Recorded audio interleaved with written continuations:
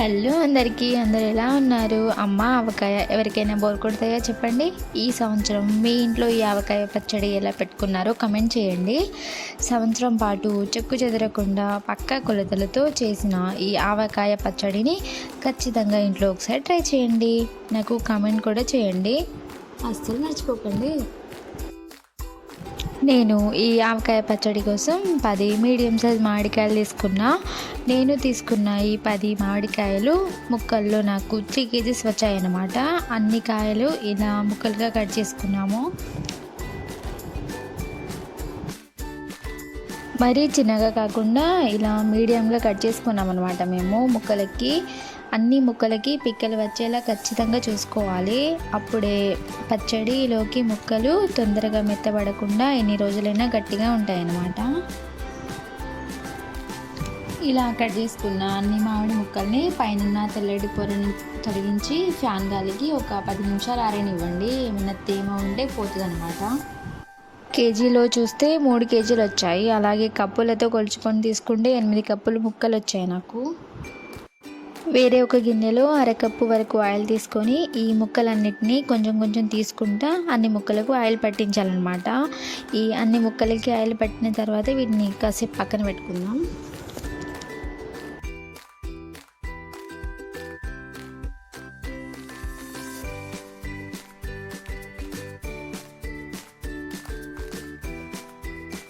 Oil పట్టించిన ముక్కలు అన్నమాట ఇవి. ఇక్కడ నేను ఏ కప్పుతో అయితే మామిడి ముక్కలు తీసుకున్నానో అదే కప్పుతో కొలతలు తీసుకుంటున్నా. 8 కప్పుల మామిడి ముక్కలకి 1 కప్పు ఉప్పు తీసుకుంటున్నా. అదే కప్పుతో 1 కప్పు కారం తీసుకుంటున్నా. ఇదే కొలతలు అనమాట. 8 కప్పులకి 1 కప్పు ఉప్పు, 1 కప్పు కారం.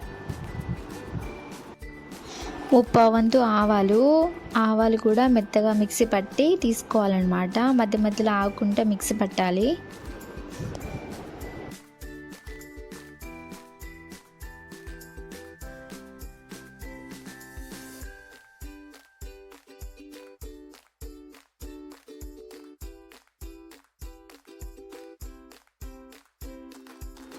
తర్వాత దీంట్లోకి పొట్టి తీసిన కొన్ని ఎల్లిగడ్డలు కూడా తీసుకుంటున్నా.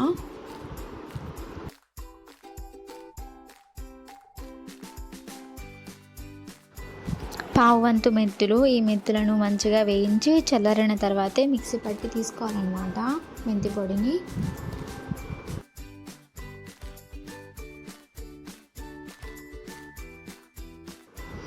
ఇప్పుడు అదే కప్పు నిండా ఎల్లిగడ్డలను కచ్చాపచ్చగా మిక్సీ పట్టుకొని పక్కన పెట్టి, ఇప్పుడు మనం వేసిన ఉప్పు కారం పొడులన్నీ బాగా కలిసిపోయేలా మొత్తం కలిసేలా కలపాలన్నమాట.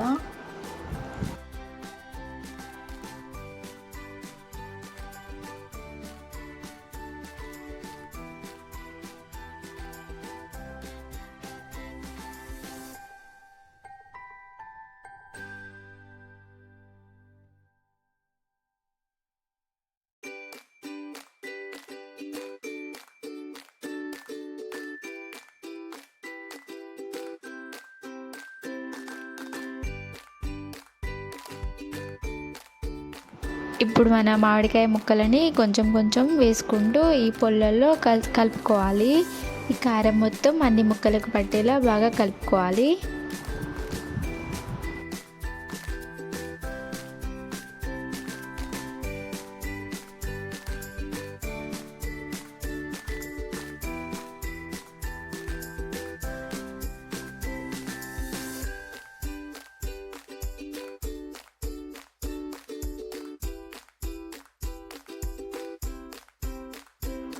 ఇలా ముక్కలన్నిటికీ పొళ్ళు మొత్తం పట్టించాం కదా. ఇప్పుడు దాంట్లోకి అదే కప్పు నిండా మిక్సీ పట్టిన ఎల్లిగడ్డలు వేసుకుందాం.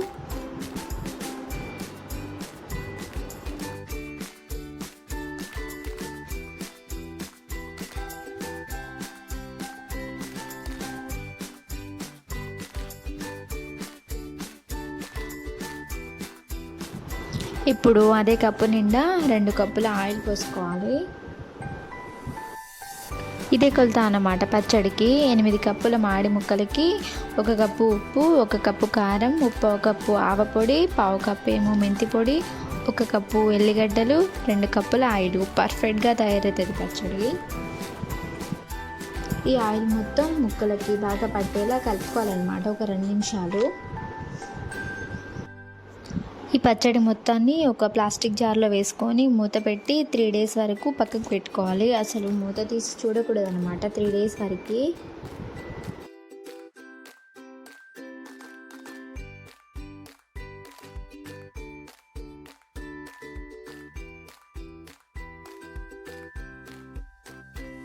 త్రీ డేస్ తర్వాత చూసారు కదా ఆయిల్ మొత్తం ఎలా పైకి వచ్చిందో, చూస్తేనే నోరూరుతుంది కదా. టేస్ట్ అయితే అదిరిపోయింది.